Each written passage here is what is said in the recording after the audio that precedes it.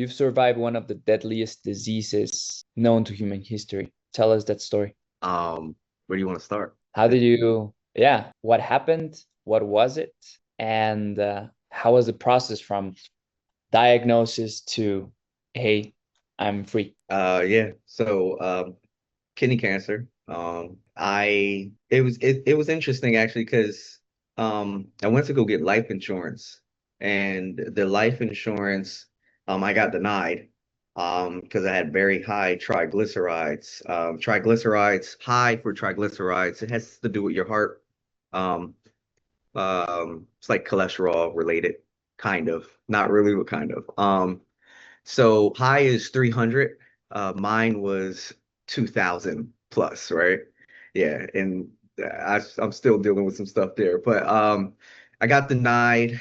Me being a man, didn't want to go to the hospital, the doctor. It literally took me a year to go to the hospital. I didn't go right away, just to see what it was. I didn't get any checkups, anything like that. I was like, Mhm. whatever. But one day I kept getting chest pains. Well, I would get chest pains periodically, but one day I kept hearing a voice, which I would, higher power, God, whatever you want to call them. But I kept hearing that voice, go to the hospital. And I go to the hospital. I tell them, hey, a year ago I tried to get life insurance. I kind of give them that whole spill, and they were like, okay. Usually hospitals don't check for certain things. They just make sure you're not dying and put you on your way, right? Um, I during those testing, all of those testings, they did a CAT scan, and in the CAT scan they found the mass. It was about 2 inches on my kidney. Yeah. So it's like very high level, but that's how we called it. Okay. And I stood from there. I stood in the hospital for like a whole day, and then they just kept doing testing. once the test was positive, what did you feel in that moment? You know, I wasn't scared. That's what I could tell you, that, I wasn't. I think it was more surreal almost. It was kind of like, okay, like if this is happening, what's the lesson here? I think, I wasn't, like I said, I wasn't scared, just kind of like what's happening, I didn't feel sick. I wasn't sick. I had my laptop. I was working. The whole time I was in the hospital, I was smiling and laughing, and I was concerned. It was almost like it was weird. It was kind of like a concerned parent. Like I was more like, hey, what do you have to do to like get over this? So yeah, I hope that answers a little bit, because I could tell you what I wasn't, and I wasn't scared. Got it. But do you think it shifted the way you were living? What was the biggest change that happened that moment after you got aware of yourself? Uh, Completely. So I've always been into like health and just what I'm putting into my body, mentally, spiritually, or even food wise, right? So I went on pretty much like a 10-month journey of just trying different diets. Um,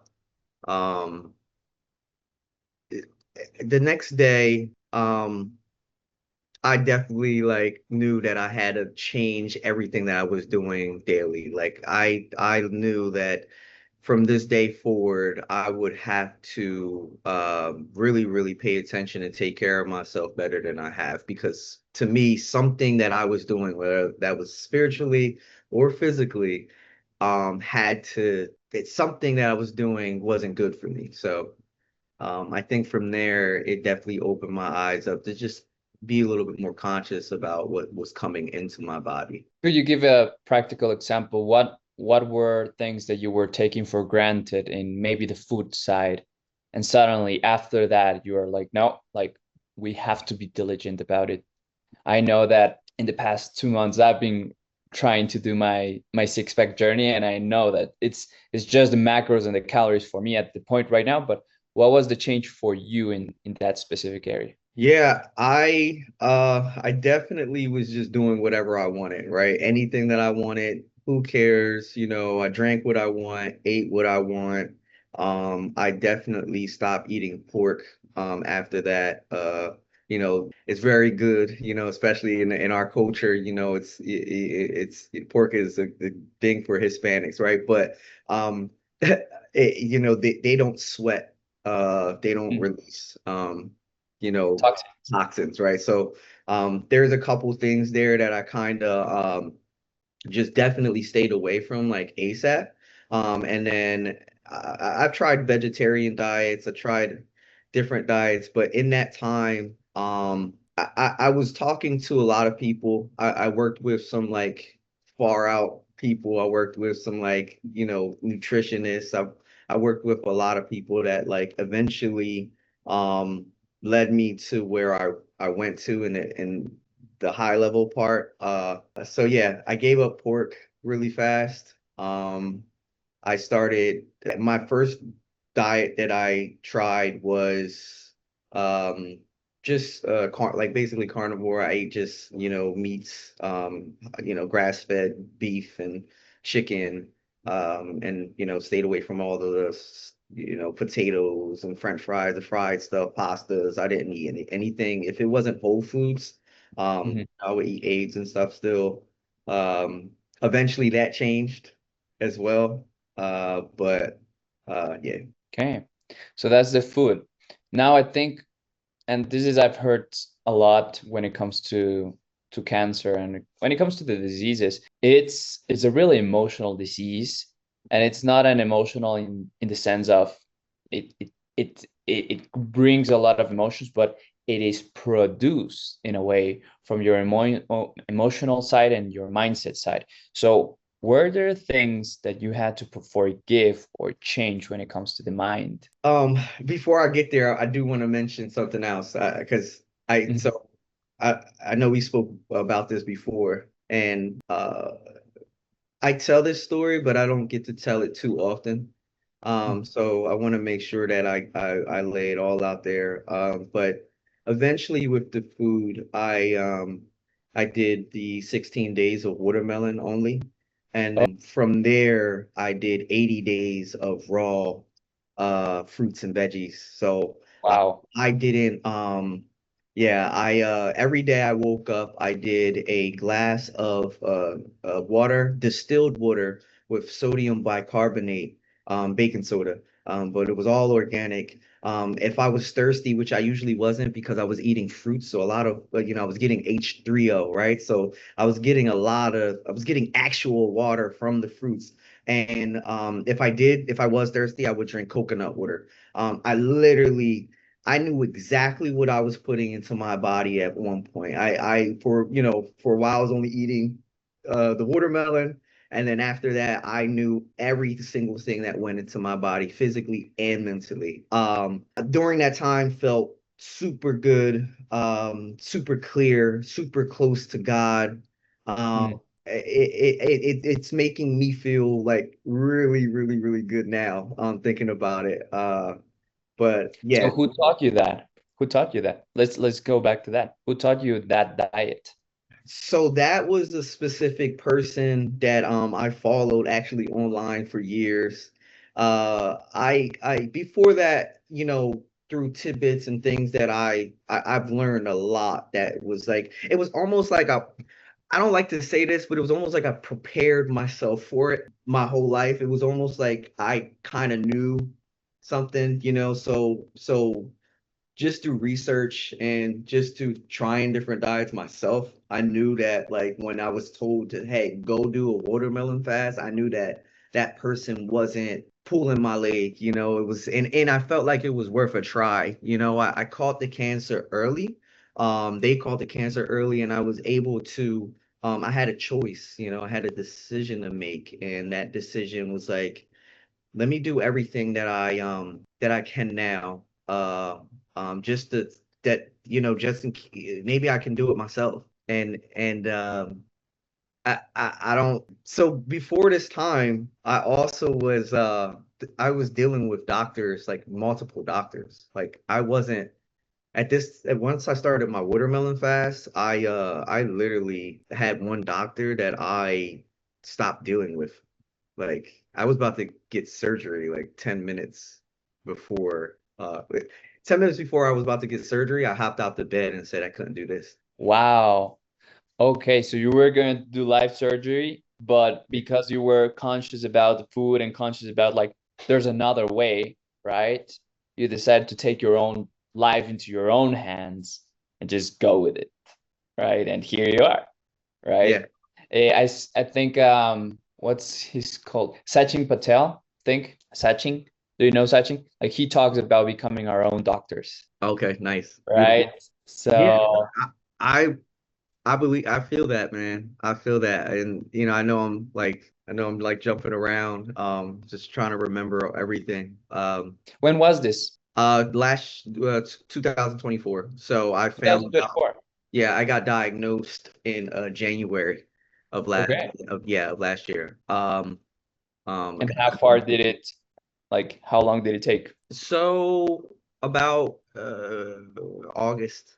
Um, so the night before I went to go get surgery, they wanted to take my whole kidney. Wow. And I found out some stuff later on, but they wanted to take my whole kidney. And my grandmom comes. She's a little short, 85-year-old lady, and she prayed for me. She prayed for me. Hmm. And when I think about it now, I wonder, what that did because, like I said, when I got there, I was stuck, man. I couldn't talk. I didn't say anything to anybody. Something just didn't feel right. And yeah, I laid in the bed. I had an IV in me. And I was just like, yeah, I can't do it. The doctors kept coming in and they were like, you got to do it. You got to do it. And I was like, no, no, I don't. And yeah, I left.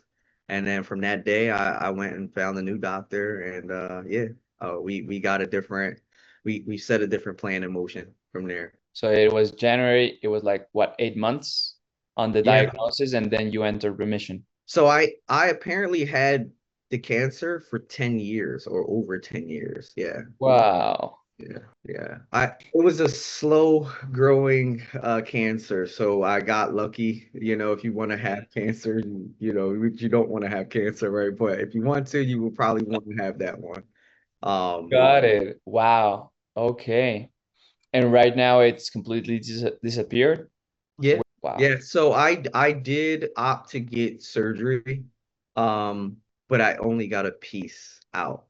And Mm, it was because I was in a really interesting, like if they were going to take my kidney out, I wouldn't have did it. I would have just kept going with my what I was doing. But yeah, they were able to take just a piece out. So now I have usually your left side is bigger than your right side. Now my left side is like 11 centimeters and my right kidney is 11.7 centimeters. So I still got a full functioning kidney for sure.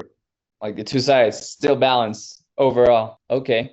So, and again, I don't think it's something that you have a specific recipe for. This is how you cure cancer, right? I think it's a mixture of many things, and you were able to, on one side, have the due diligence. I think triangulation from Ray Dalio is one of the best strategies for life, right? When I was having problems with my girlfriend in a specific matter, we went to one psychologist. They said, you probably have to either deconstruct yourself or this is not going to work. Then the next person said, fine. Then the next person said, you have to work on this, this, and this, right? Out of all of those diagnoses or like assessments, right? Like worldviews, perceptions, we're able to build our own.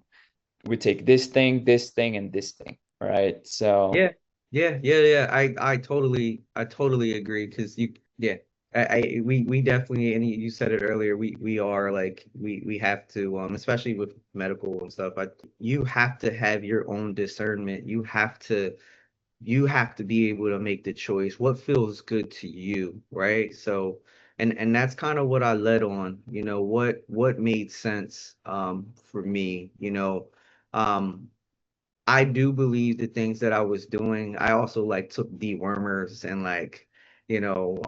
from what I understood, cancer is Probably parasitic. And when I did all of my research and worked with all of the people, they literally told me, hey, kidney cancer is more than likely 100% parasitic, right? The problem is you can't, like, and I'm not a scientist or a doctor, but you can't penetrate the cell walls very hard. So when you take these alternative medicines to break it down, the idea is it would go in, break down the cell wall, and then everything would die after that. But you have to take care of yourself in the process to make sure that you're in tip-top shape to because your body will heal itself.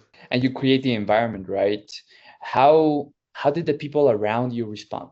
And how were you able to hold them as well? Because of course it's like a disease like this is not only something that involves you, but it's all the livelihood, the people that depend on you, the people that love you, the people that care for you, your friends. How are you able to share it with them, or did you share it with them? Yeah, yeah, I did. I didn't share it with everybody.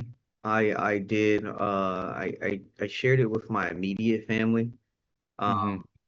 My mom, she was interesting, let's say that. But everybody was very supportive, It was kind of weird, usually when people get cancer, they're like, go get surgery like right now. But my decisions, they knew that they were mine to make. I feel like they knew that they didn't want to stress me out with their things, right? Yeah, So very supportive, just very, hey, you do what you think you should do, and we'll be here for you. nice. No, that's powerful. It probably helped too, because I wasn't sickly looking. Yeah, like they and it's all like that. Like I've heard there's a phrase of, hey, you look sick. Hey, you look sick. And just by repeating themselves, right, you create this reality of you being the sick person. Well, I didn't it's funny that you mentioned that because I didn't think about death until the one day that I got up from the dealing with the first doctor. When they told me you have to do this, we're trying to save your life, X, Y, Z. I literally, before this, I was never thought about death. That was the first day that I cried. And this was months after I got a diagnosis. And it was based off of other people saying, hey, this is going to happen. That's going to happen. It was like they were poking, like putting these things on me. And it was like, words are spells, right? So. Mm. Nice, man. Okay, is anything else regarding the physical and the tactical things before we go deep? Um, I would also, yeah, again, it felt good. My How about exercise? How about your like sun grounding? Did you do any of those things? yeah, so I did I needed to do more. I think because I was so focused on like the food thing, it kind of took me away. And then I had to work and still take care of my kids and just be a present father. There was a lot of like, I couldn't do everything. But I did towards the end, I did start doing like breath work and more breath work. Obviously, I meditated. I did yoga and I needed to do more sauna work because to release the sweat, and I did try to sweat as much as possible. I it was funny because I did have to take tests frequently and my pH, my body pH was through the roof. And some they would look at it and just like not say anything. My doctor would never say anything because he never told me he knew what I was doing, but I think he had an idea of the things that I was like doing. I was very thin. I lost probably like 40 pounds. Wow. But it wasn't because of the cancer. It was because of like my own. I was, because of my diets, I was losing my impurities, right? So Just 80 days of fruits, 13 days of just watermelon juice? 16 days of watermelon, and then after that, it was all together 16, 16 or 60? 16. Oh yeah, 60 would be. Okay. Wow. Okay. Yeah, and it gets tough, man, because I was like, to switch it up, I started putting salt on there, cayenne pepper, like it just you gotta, Lemon. yeah, yeah, all of it. All right. Nice. Okay. I'm so happy that you went through all of that. Yeah, yeah, I'm grateful as well. Yeah, because it taught you more. I think things like that are an initiation and you went through it rather than just stay with it, Yeah, right? I feel the need to share. I do. When it comes, I don't want to be forceful to people, Mhm. you know. Um, there's just something that's like there that I feel in my heart, and that when I hear people's situation, I always let them know, hey, I had this situation. If you ever want to try new things, just let me know, and that's it. They don't want to hear from me. I don't talk to them. Have people reached out and Yeah, yeah. And I had to stop beating myself up when things didn't go the way that, because they have their own journey. yeah. But yeah, if I didn't get to them in time, if like there was one specific time like somebody reached out and I didn't get to them in time, and then I found out that they passed, and it was very sad. I know that was I can't, it's not my fault, right? But I still was like, I wish I had shared at least what I knew and Hmm. possibly could have helped them. Amazing. Now let's go deep. Let's go to the emotional and the spiritual part. Do you think there was something to do in that realms that led to this to cancer? Yeah. That's wow. Shoot, I thought about this a lot actually. I had a lot of time to think about. They say that it could be anger, fear, grief, anything, right, of that. And then I thought about 10 years prior, um, and what I was going through. And I started really, really thinking about it. And I don't know if I don't want to blame anyone or a specific thing. Like, I could have been longer, but I remember that time period was very tough on me. Bad breakup and all of those things. And you don't, yeah, I didn't realize it until I sat there and thought, I was like, wonder if this had something that, because I've had it for 10 years, I wonder if this had something, that time period Mhm. had something to do with all of this in general. So So could you be more specific? Because without saying names, right? We don't want to say anything if you're comfortable with. What were the things that and the emotions that generated that could have generated this? yeah, I wasn't able to I was when I thought back, I got diagnosed, I was 35, and then 10 years prior I was 25. I was still very much for me, I was a kid, and I still had a lot to learn. You know, I couldn't really take care of my family. I had a son, he was maybe a year old. I had, I was a janitor, bro. Like I used to clean schools. And I forget about that sometimes. And actually just talking to you, just, yeah, I was a janitor, man. And I just didn't feel good, I wasn't in a good space mentally when I think back at it. I think I tried to be. I always try to be, and I've always been a spiritual person, always been a meditator, always like looking for what the answers are in life, right? But, I think at that time, I just wasn't um, probably present with myself. So not being present with yourself can lead to, can lead to things coming in that you may not want to come in. Okay. And what shifted in those 10 years, which led you to where you're at now, right? What were the mindsets? Because I think you're really big on mindset, but what were also the steps that you took physically to make what was in your mind a reality? Yeah, I was definitely more present. But I've always been, like I said, always been like just what's the bottom line here, I've always been like, let me research, let me read everything, let me pay attention to everything, let me look at it, let me listen to everything, right? And I think being alone by myself After, that happened, I was single for 10 years. Wow. So, and I during that time I was able to understand myself, like what I wanted, who I wanted to be, where I wanted to go.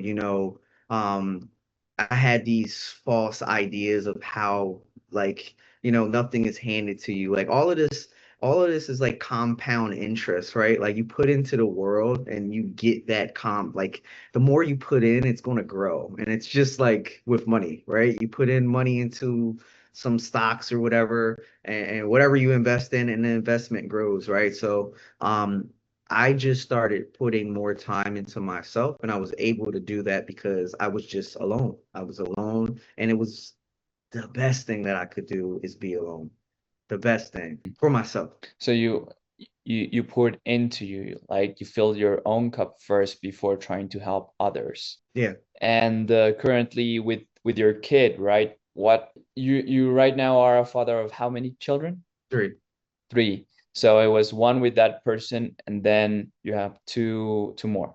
Yeah. Okay. How has fatherhood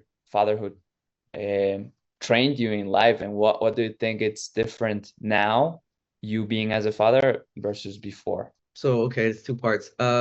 Definitely became more grounded, for sure. I would think twice about certain decisions now, right?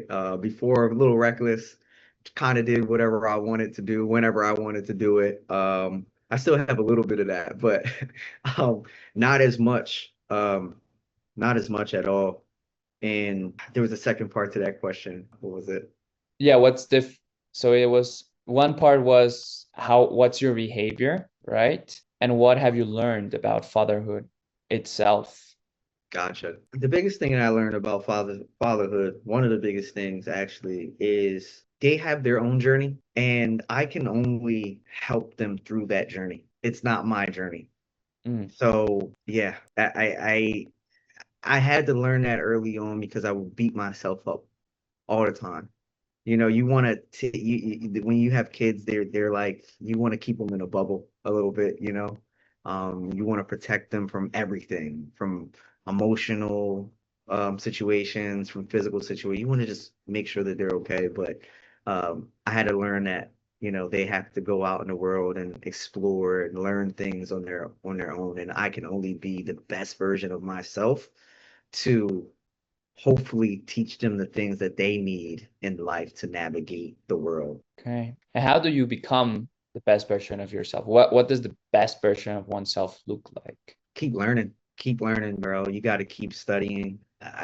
For me, I think if you grow, and this is why I'm big on mindset. This is why I would love to not would love, like, it's why I want to even teach more people, right? Because kids too, like, but yeah, if you don't have those if you don't have those tools, you don't have that know-how, man, like you're never going to, you can be ignorant your whole life. And sometimes ignorance is bliss, right? Sometimes you're just like, look, man, this is all I want to do. I don't care about anything else in the world. And that's very, you can be happy there too, right? But I think for me, in order to keep growing to the places that I need to get to, I got to keep learning. But how were you able to envision those places in the first place, right? Because again, they say the word, okay, be your best self. They say, okay, you have to learn.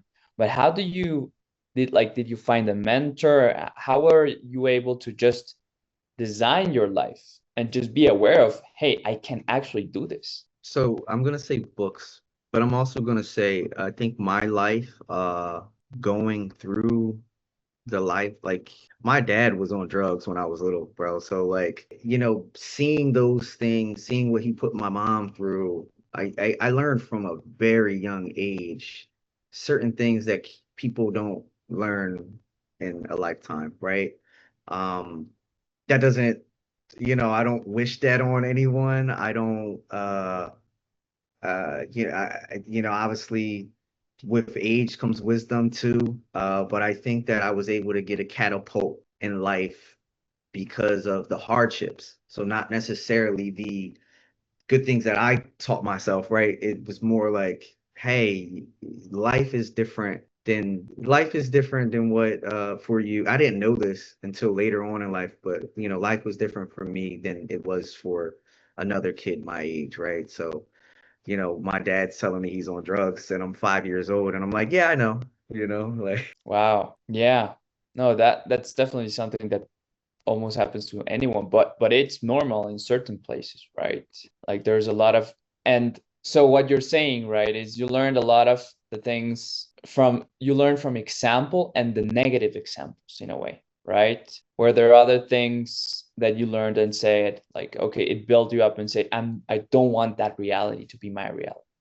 Were there other things like that? yeah, yeah. I mean, so I'm also from a place called Camden, New Jersey. So Camden, New Jersey, for a long time, bro, was like the murder capital of America. So like, like in where you're at, there's that place for you, right? And um, being here, seeing hardships, seeing, I don't, I, I feel bad when I talk about my dad sometimes, because it's like I love him. He still has his things that he battles with, but I feed him and I take care of him as much as I can, and I don't blame him for anything. I'm super grateful for him. Without him, I wouldn't be here. So, I don't and anything that I had that I've been got over that when I was younger, right? But you know, bro, my own father used to steal from me, right? So like but it didn't taint me. I didn't like become like less trusting and anything like that. It just was the life that that I had to learn from, and I think that was part of why there's a reason why I had to learn that way. Um, maybe to love no matter what, Sometimes you just gotta love people. And that love, that unconditional love, or that just love regardless, was it passed down to your kids, to your partner? How did that evolve? Yeah. Yeah, well, let's go back to the 10 years by myself. That's what I realized. You gotta love yourself. And then just for you to pour love into anyone else, right? And that's cliche, but it's the truth. If you don't love yourself, you can't give anybody love. Wow. Any other big lessons during those 10 years that brought you to where you're at right now? Maybe not around the disease, but maybe more around mindset or business. What has been your guiding light right now? I mean, my kids are a big thing, but the word that comes to my mind is peace, but it doesn't. I know that doesn't. It's hard, It's hard. Every piece is different for everybody, and there was a point in that 10 years that before this I was a heavy drinker, I drink all the time, and and I would just have fun. I was young, so I'm going to, we would go to bars like 5 times, like five, like in the same day, bro. Like we would go 5 different bars, right? Um, and there was a day where it's like, all right, I'm just gonna go cold turkey, and we're gonna do 100 days of just nothing. And that was the longest time for a long time that I just didn't indulge in anything. And other than, positive things, right? But that also taught me to take discipline by its, a little bit more discipline there for sure. So I think during that 10 years I learned to be more disciplined with myself. As a man, what would you think are the things that provide you the most amount of discipline? Um, Now, definitely my health. Um, my kids for sure. Definitely my health. We tend to make changes when things are happening that aren't good, and it's the real not problem, but the real task, the real thing that you should be doing is taking care of yourself before the bad things happen, right? So, you know, staying healthy before you become unhealthy. Got it. So we have the discipline, we have loving ourselves. Now let's go to creating, right? I know that you're a creator, you're an entrepreneur, you're really big on business. and we've already connected. I'm excited because in the future we will be working together. But you're also an author and you had your own like t-shirt business. Could you tell me how did that happen? How did that came along? Yeah, bro. So that was actually fun, man. I sold thousands of t-shirts like out the back of my trunk, bro. Like Wow. we made a buzz. And so in 2012, that's when I started it. I did have a partner. We started off with 40 t-shirts. They were trash. They were the worst t-shirts ever. But we sold out in the first weekend, right? So that was like, hey, yeah, it was like, yes, like let's do this. And then from there, man, we just kept growing and kept learning. I remember though at one point, man, it got I wasn't $1 million man yet. So that's what I used to tell myself. So What's that? I What had is $1 million company and I wasn't $1 million man. Wow. Okay.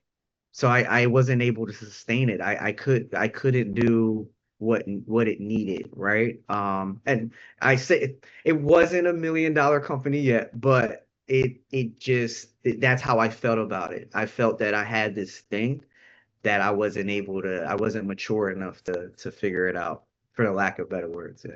What was the highest revenue that you were able to do in a year? So we priced these are the things you learn afterwards. So we priced our priced it very low. Our t-shirts, like, we should have priced it a lot higher. You don't learn these things like at the time. We are just like trying to get it out, right? So I didn't probably make $25,000. So if I priced it at where it needed to be, we would have made hundreds of thousands. But again, you don't learn those things until later. Especially like I didn't have a mentor, I didn't have anybody, just us just kind of doing what we had to do, right? So Wow. And then you were able to write a book about it, right? I bought the book yeah, like the I saw, appreciate you. Yeah. yeah, I was man. oh, awesome. Um, yeah, so the interesting thing is I still own it. I think about how I would approach it now. I have my kids, and maybe my son want to do it. I think it'd be a great thing if he wants to. Like, so it was character based, right? So there's like this character that I made up. Well, we came up with Dan the Dummy. And I had a mascot, bro. Like I could get in like the doors that this t-shirt company opened for me was crazy. I never been to a bar mitzvah before then. I was going to bar mitzvahs and big concerts backstage, like I met, famous stars just because I had this character and this brand, that people liked, but yeah, I with all of that now I learned a lot doing it, right? And then I realized that hey, people would love to, there's a lot of people that want to start a brand and there's all this knowledge that I just got in my head. So I decided to do an ebook and see what that does, so Nice. Tell me, when it comes to that brand, I didn't know that you were able to open doors. Why do you think that happened? Like why do people resonate with the brand or with a mascot, with a character? I think people like to be a part of something, right? People like to be a part of a team. Mm. So I think, even though that wasn't a team, but like hey, I saw this thing outside, they want to tell people, so um yeah, I think just and putting in work, man. I have this thing now that I realized if you give anything like a solid 6 months, like you give anything, like you can make noise. Like that's all you need, and that's just go in for 6 months and you'll make some noise, you will. Yeah, and most people quit at the first week or the 3 weeks, right? It's they want this business, they want this other business, they want to make money fast, and it takes time. It takes a little bit of time. Would you have built a t-shirt company knowing what you know now when it comes to that brand, or what would you have done different? No, I would not.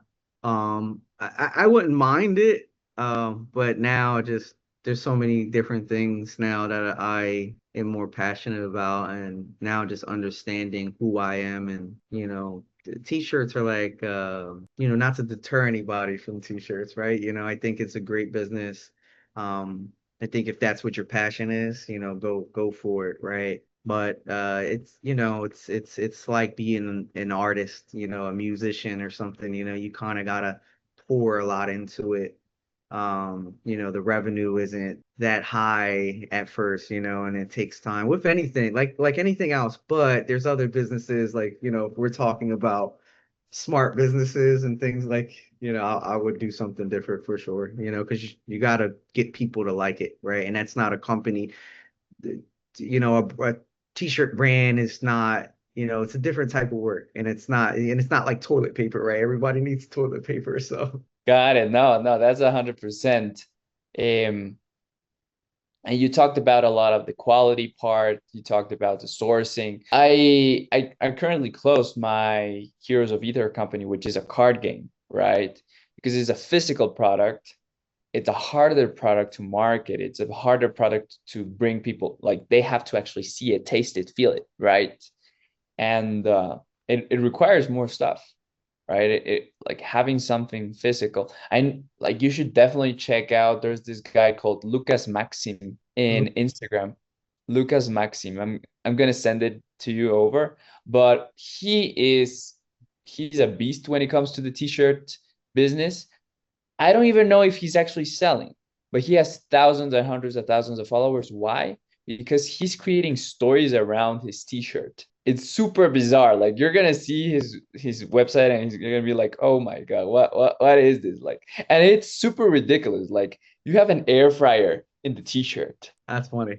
or they have a word called Azerbaijan technology, or elite ball knowledge. Like super weird and niche, right? Like super peculiar, but he's constantly telling a story in social media around the t-shirt, and it pulls you back into now, like something about the niche. Like if you because you said that, right? You said the power of the niche lies in being able to stand out better and attract a target audience without spending too much.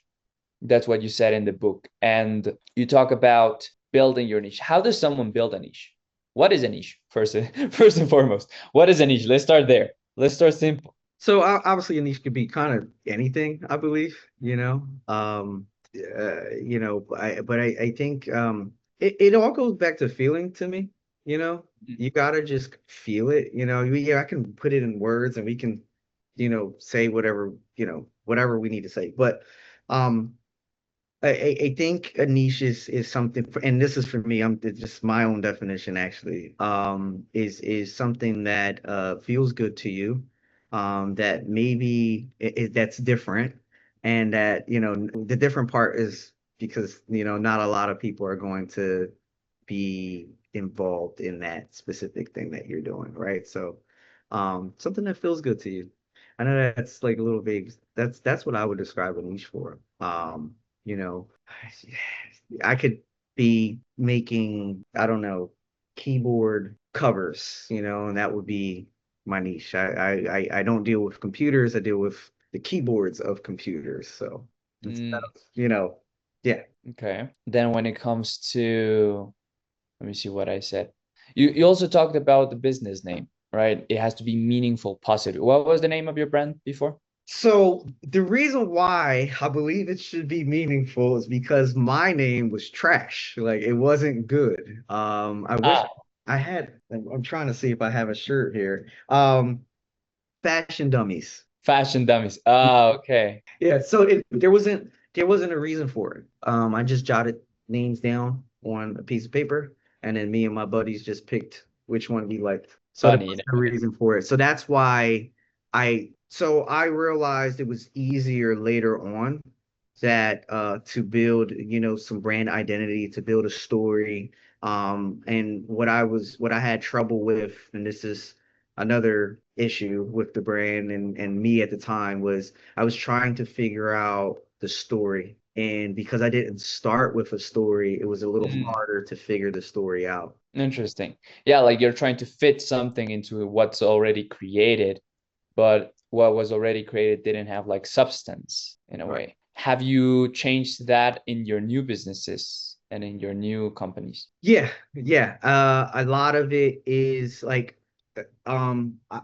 that's wow, that's interesting. Yes, yes, because I do things now that I want to do, that I love to do, that I feel good about, that I feel that's going to make a difference, right? When I started doing t-shirts, I was just doing t-shirts. Mm, I was just trying to find something to do. Like mm, I'm very specific on the things that I take on now, because I feel like any other entrepreneur or whatever, right? You're like you feel like you could just touch it and it'll work, right? So like, and I believe that. I believe that hey, if we go in, we have an idea, we keep working at it, it'll work.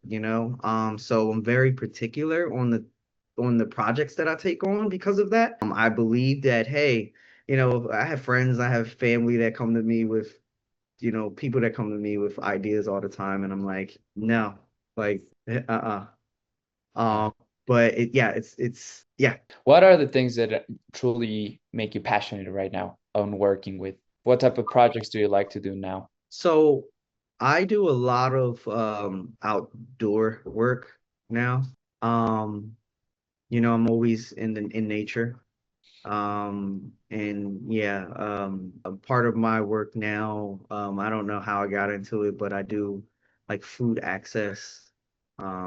Yeah, I help people to get, the food that they need, through various programs and activities and stuff like that. So anything outside, very passionate. I'm very passionate about growing your own food, things like that. So So are you working with the land? Are you going to farms? Do you have your own? combination. Uh, so yeah, I am working to do like urban farming in my area. I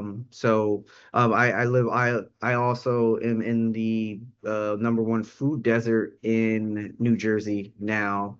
Wow. So yeah, I think helping people to get healthy access to food because it's important. It's something that I obviously believe in with what I went through. Mm. I think so yeah, I do things that I am passionate about now, so the story can be there, right? So it's because it ends up being my story. It's part of me, it's part of who I am. So Actually, I love this because I have some friends in Austin. They have a program called Earth Speed. And I don't know, do you know Akira? That's friends with Joe Polish. Like Akira is a friend, but he's friend with Adrian Grenier, who was an actor, but now has a really cool place in Austin called Kintsugi. And they have like this land and they are trying to work with the land and they're trying to bring people together. So I'm definitely gonna connect you to and see if yeah, like you can connect because he has land and he's like trying to figure out what to do with it. He has a lot of permaculture and different projects. So yeah, we'll definitely connect. yeah, it's important, man. So that would be great, please. Yeah, of course. Okay, so we have that. What are you currently trying to, how are you teaching your kids about this? Like the importance of growing food? Like how are you relating with them when it comes to this? So it's pretty cool actually. So last year, the I buy the groceries. So last year, there's a little bit, it's a little different now, but I only had fruits and vegetables in the house, so they literally were eating what I ate. So, my 13-year-old, he kind of just does what he does, but my twins, I noticed that they won't eat like cake. They'd Wow. rather go for the strawberries, the grapes. They'll like cake, what is that, So um Yeah, I think I try not to force things down their throat for sure. I try, but I do keep them away from certain foods, and I try to monitor them as much as possible.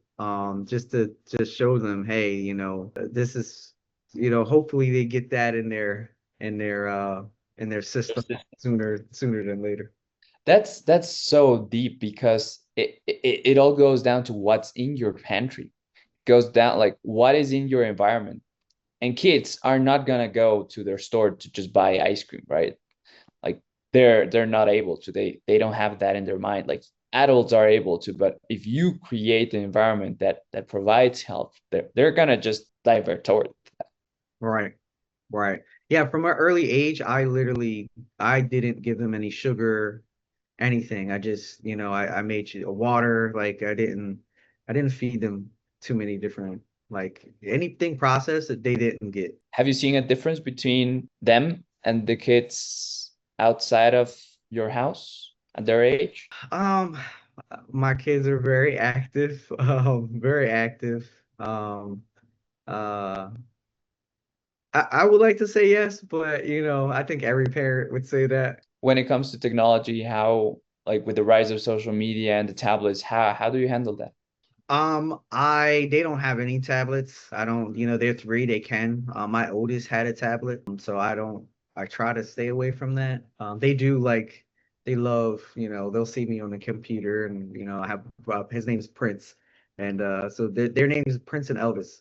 So Prince, he loves he's always like, and it's so funny because he like really wants to touch it. He knows he shouldn't touch it, and he's just like, I really just want to touch the daddy's computer, right? But um, yeah, I try to keep them away. Usually, if I play anything on the TV, it's educational. Um, we're getting like signals and stuff all day, all the time, and so I try to keep positive things around us. Sometimes I'll even play like I think we spoke about Bob Proctor in the past, and I'll put Bob Proctor on the TV and There we go. listen to Bob Proctor. So yeah. How old are they? They're three. Three. Wow, amazing. So they're training about the conscious and the subconscious mind since 3 years old. They are gonna be super powerful kids. That's That's great. yeah, that's the goal. Nice. What other so you like Bob Proctor? What other mentors that because you talked about books at the beginning, right? What were some books that really shifted the way that you think about life? Joe Dispenza, one of the first ones that come in my head. Hold on. No worries. I had to get the name. So Breaking the Habit of Being Yourself, obviously, Okay. was a very good one. The classics, Think and Grow Rich, all of the rich books. I remember reading like Rich Dad Poor Dad when I was younger. I have literally a Bible version. It's not a Bible, but I literally have a Bible version of Think and Grow Rich that I walk around with.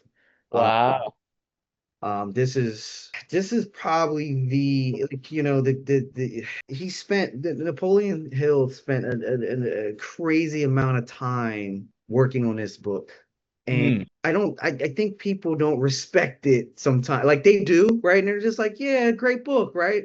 I don't think they understand how powerful this one book, like if you had no books, if you only studied this one book, how powerful this is for mindset. If people knew that, like we would be flying, everyone around the world. We would be. I know that Dan Martell really speaks highly about that book as well. Like what do you think are things, specific things or passages that you found in that book that mean more than what someone would skip it would say? I know that I have the ability to achieve the object of my definite purpose in life. Therefore, I demand of myself persistent, continuous action towards its attainment, and I here now promise to render such action. I think it's very like it's like poetic.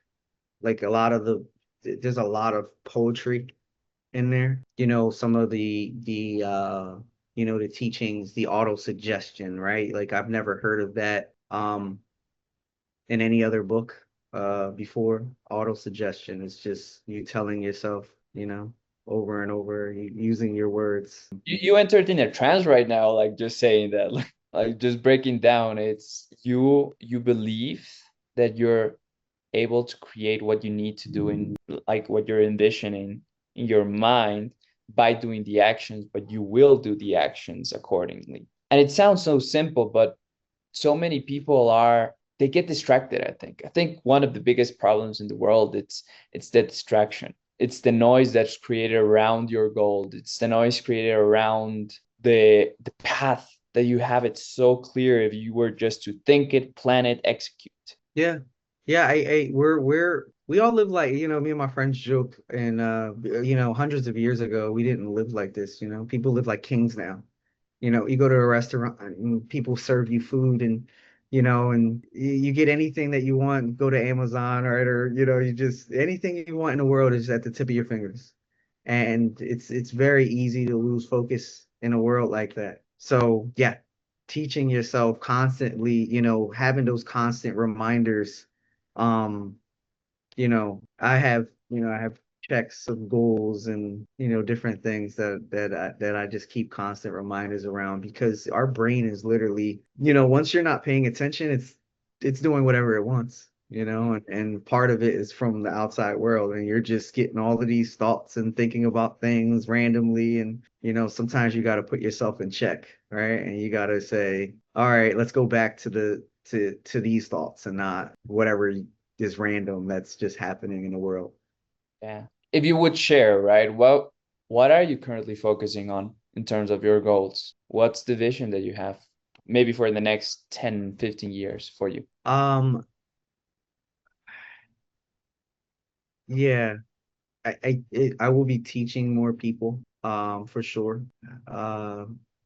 We'll probably have, very large, uh, food system for sure. Mm-hmm. And part of that would be also teaching people about foods, you know, living a peaceful, happy life. Love it. If you could go back 10 years, what would you have said to the Leo of 27 that's going through these motions, that's currently single, that's learning to pour love into himself? What would you tell that person? Be patient. Be patient, man. Nothing is that hard. Explain a little bit more about that. Hard is a belief. Hard is something that you were taught like anything else. So Mhm. I think being patient and just understanding that, things will pass, and, everything is good, man. Like everything is great. Like there's nothing against you but yourself. There's no like thing out there that's trying to stop you. Doesn't exist. So Beautiful. And now let's fast forward, right? There's this guy that's 47, right? 30, I'm 36. Yeah, yeah. Yeah, so 46, he's 46 Oh, you're right now. saying there's a guy that's 40. I'm 36. Yeah, I know. Let's go to the future. Gotcha. Let's go to the future. Okay, I Time, got time you. travel. Let's We go. Yep. time travel 10 years from now. Envision that person. He's living the peaceful life. He's got the systems. He's teaching a lot of people around food. What would you like to ask him? Wow, that's good. Are you happy? It's kind of like, it kind of bothers me a little bit asking that, right? Because why does that come to my head? It's like, are you not happy now, right? I feel happy, right? But What does happy mean? I keep saying it's probably peace, just peace. So, I would say I'm peaceful, but, at 46, 47, what does your peace look like then? What is your peace at that point, right? So I think maybe peace can change. What makes you, maybe I'm on an island somewhere, maybe I like fishing or something at 40. I don't know. Yeah. Powerful, man. If you were to leave right now a powerful message to the listeners right now that they're probably doubting, they're building their life, what would you say to them besides being patient? Because again, we need patience, the world. Keep working on yourself. Just keep working on yourself.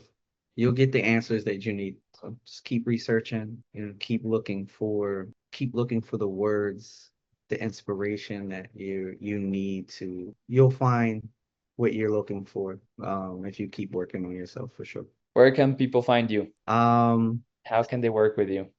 you can email me, or you could I do have an Instagram that I check. I'm not too active, but that's Bodega Vega, IG. My email is leo@buildwithvega.com. Yeah, and I'm open to whatever if it makes sense. Beautiful, man. It's been a powerful conversation, bro. Thank you for having me. Thank you. Have a wonderful day, bro. You too. Thanks.